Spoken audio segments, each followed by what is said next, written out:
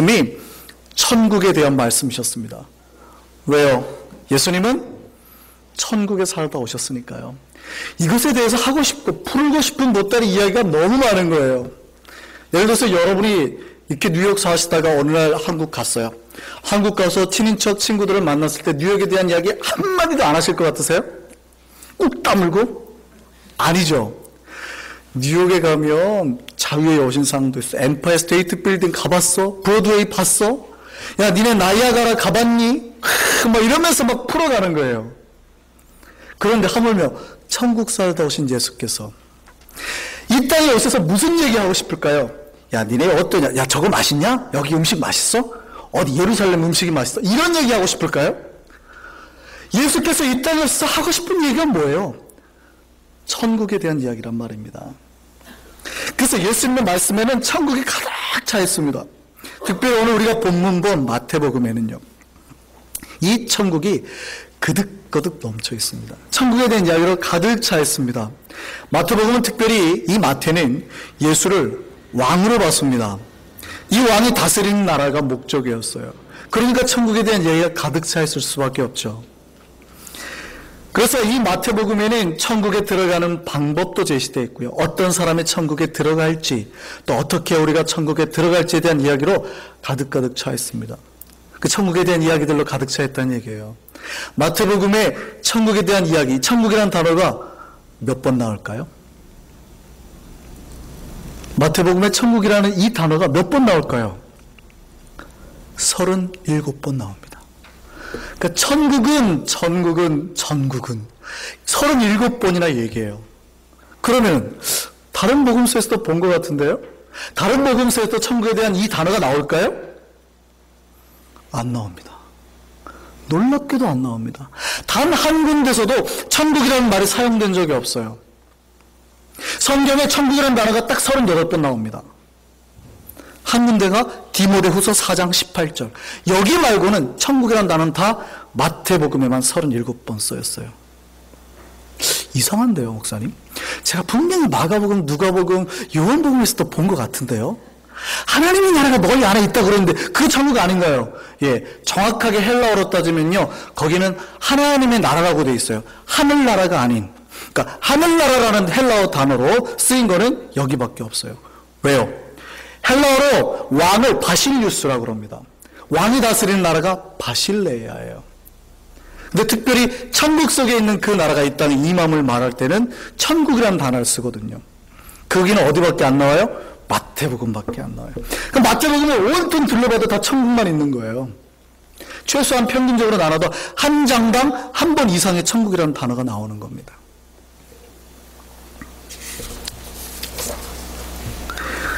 우리 모두 이 천국 들어가길 바랍니다. 마태복음은 이 천국 들어가는 여러 가지 방법들, 그 다음에 그 천국에 대한 소개들로 가득 차 있는 거예요. 여기서 질문 한번 드릴게요. 천국은 어떻게 해야 들어갈까요? 무엇로 천국 들어갑니까? 예, 이게 빨리빨리 나오셔야 돼요. 여기서 우물쭈물 하시면 안 돼요. 천국은 뭘로 들어간다고요? 예, 아멘.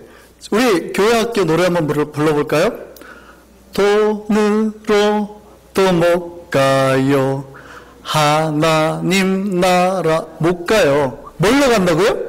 권세로도 못 가고, 어떤 의로도 못 가고, 율법으로도 못 가고, 뭘로만 가요? 믿음으로 가는 나라, 하나님 나라. 믿음으로 간대요. 여러분 모두 다 믿음 소유하시기 바랍니다. 믿음으로 천국 들어가요. 그래서 제가 우리 교회 와서 계속해서 믿음에 대해서 설교했거든요. 왜냐하면 믿음으로 가는 건 맞는데 교회들마다 아니면 어떤 목사님들마다 믿음에 대해서 가지고 있는 이 틀이 조금씩 다른 것 같아요. 약간 잘못된 믿음, 왜곡된 믿음을 설명하시는 분들이 생각보다 많더라라는 얘기입니다. 이 믿음을 잘못 오해하니까 어떻게 빠지냐면 은혜주의로 빠져요. 해놓으면 없어도 돼. 믿음으로 가는 거예요.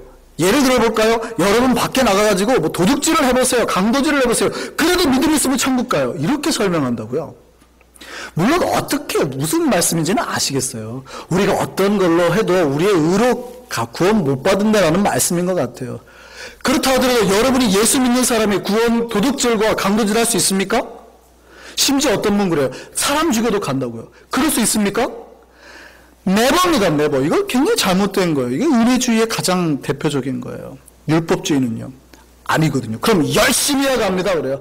열심히 내 힘과 의로 열심히 했어요. 새벽 예배 나오고 주일 예배도 한 번도 안 빠지고. 심지어 이런 말씀 하세요. 어떤 분은 사다리인데 주일 예배 한 번 빠지면 여기 천국 가는 사다리 하나가 빠졌다고. 어휴, 큰일 납니다. 그럼 아파가지고 병원에 계시는 분은요. 매주 빠지겠습니다. 천국 가는 사다리가. 율법주의거든요. 행위를 구원받는 것처럼 표현된단 말이죠. 이거 아니에요. 그럼 도대체 어떤 믿음을 가져야 천국에 들어갈 수 있을까요?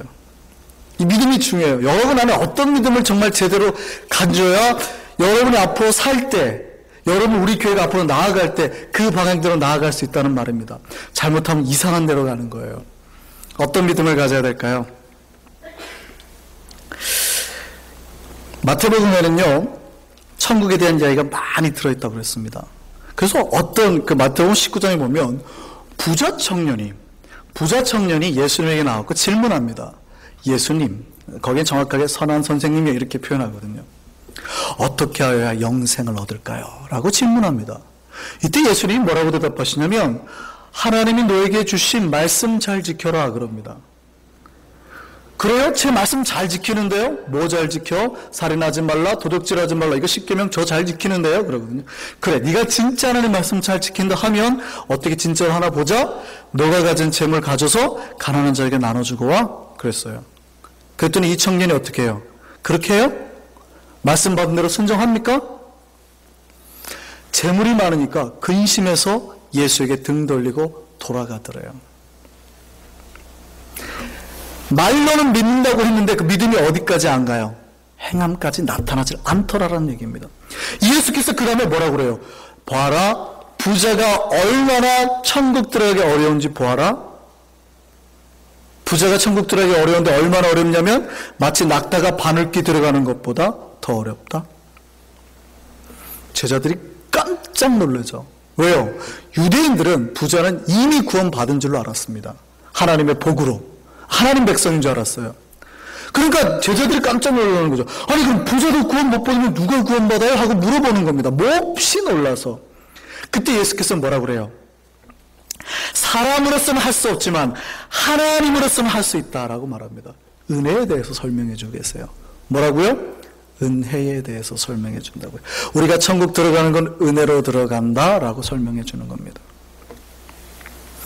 그래서 그 다음 19장 다음에 나오는 게 은혜에 대한 설명의 보충 설명으로 포도원 비유가 나와요. 내용은 이렇습니다. 어떤 포도원 주인이 있는데 포도원에 일할 사람을 찾는 겁니다. 아침 6시부터 일을 해서 오후 6시까지 일을 해야 돼요. 그런데 장터에 나가서 아침 6시에 사람을 일꾼을 데려옵니다. 또 나가서 9시에도 데려옵니다. 12시에도 데려옵니다. 3시에도 데려옵니다. 그리고 이제 더 이상 데려올 마음이 없었던 것 같아요. 다시 이렇게 나가보는데 오후 5시가 됐는데 장터에 놀고 있는 사람이 있는 거예요. 야, 니네는 이 시간까지 뭐해? 그래. 저희를 쓰는 사람이 없는데요. 그래? 이리 와. 내가 써줄게. 하고 데려가서 일을 시킵니다. 이 사람 몇 시간 일했어요? 1시간 일했어요. 1시간만 일했다고요. 자, 이제 주인이 계산을 합니다. 그런데 원래 약속 노동자 하루 품삯이 한 데나리온이에요. 모두 다에게 한 데나리온 주기로 약속하고 데려온 겁니다. 근데 이걸 누구부터 주냐면 5시에 온 사람부터 주는 거예요. 얼마를 줄까 옆에서 같이 일하는 일꾼들이 볼 거 아니에요. 얼마를 줬습니까? 한 데나리온을 딱 주는 겁니다.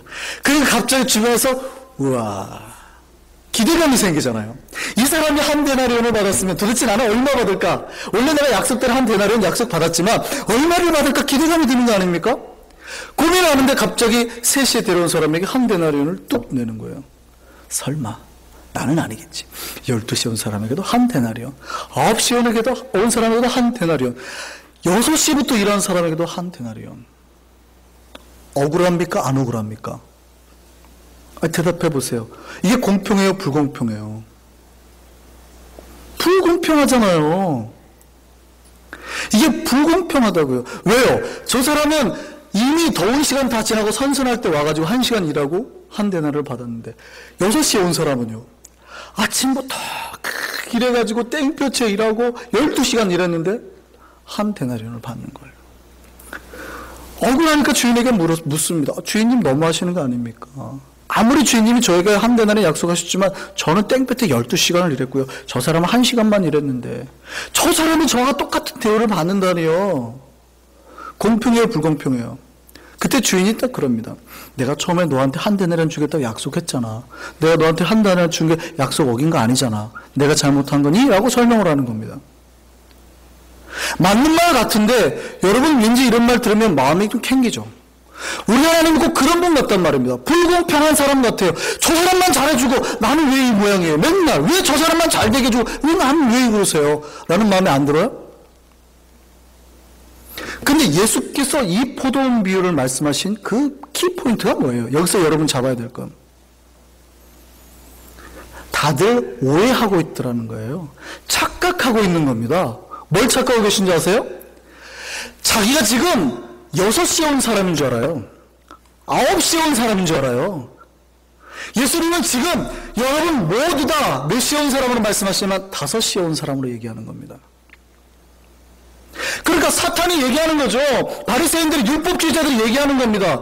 아니 어떻게 내가 이렇게 율법 잘 지키면 나하고 이제 저 아무것도 행함이 없는 저 사람들하고 어떻게 나를 똑같이 대우하시는 겁니까? 그 5시에 온 사람이 말해요, 못해요? 부끄러우니까 말을 못하죠. 나 때문에 괜히. 그런데 이 사람은 어떻게 해요? 주인에 대한 뭐가 넘쳐요? 감사가 넘치죠. 비록 내가 이렇게 죄가 많은데도 불구하고 나를 불러주신 아버지 앞에 감사와 은혜와 기쁨이 넘치는 거 아닙니까? 성경이 그 얘기하고 있어요. 여러분 모두 몇 시에 부름받았다고요? 5시에 부름받았다고요. 할렐루야. 은혜 설명하고 있어요. 이 은혜 설명이 폭발하는 장면이 마태복음 22장에 나옵니다. 마태복음 22장 한번 보여주세요. 마태복음 22장의 내용이 어떤 임금이 혼인잔치를 벌인대요. 그러니까 아들, 왕자의 혼인잔치를 벌입니다. 종들을 보내어가지고 사람들을 청했습니다. 그런데 놀랍게도 이 사람들의 반응이 어때요? 간대요, 안 간대요? 보세요. 3절 보세요. 잔치에 오라 하였더니 뭐라 그래요? 가기를 싫어한대요. 그래서 다른 종들을 보내서 더 많은 사람들을 오라 그러는 거예요. 우리 잔치 정말 잘해놨어. 소도 많이 잡았거든. 와. 그때 5절에 뭐라 그래요? 이 사람들이 5절에 그들이 돌아보지도 않고 한 명은 어디로 가고? 밭으로 가버리고 한 명은 또 일하러 멀리 떠나버려요. 뿐만 아니라 왕이 보낸 사절단을 어떻게 해요? 모욕하고 죽이는 겁니다. 임금이 가만뒀을까요? 안 뒀을까요? 왕의 사절단을 갖다가 죽였으니까 군대를 보내서 동네를 다 진멸해버립니다.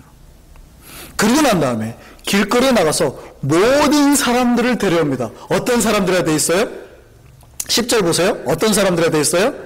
선한 사람, 악한 사람 가리지 말고 다 데려오는 겁니다. 그래서 이 사람들이 다 천국의 그 혼인잔치에 참여하게 되는 거예요. 그런데 독특한 일이 하나 발생하게 됩니다. 11절 한번 보세요. 다 부름을 받았는데 임금이 이제 모인 사람들 보러 쭉 갑니다. 근데 한 명이 독특하게 예복을 안 입은 거예요. 혼인잔치 예복을 안 입은 거예요. 그리고 묻습니다. 왜 당신은 예복을 입지 않았어? 이 사람이 갑자기 말을 못하는 거예요. 대답을 못하는 거예요. 어떻게 해요?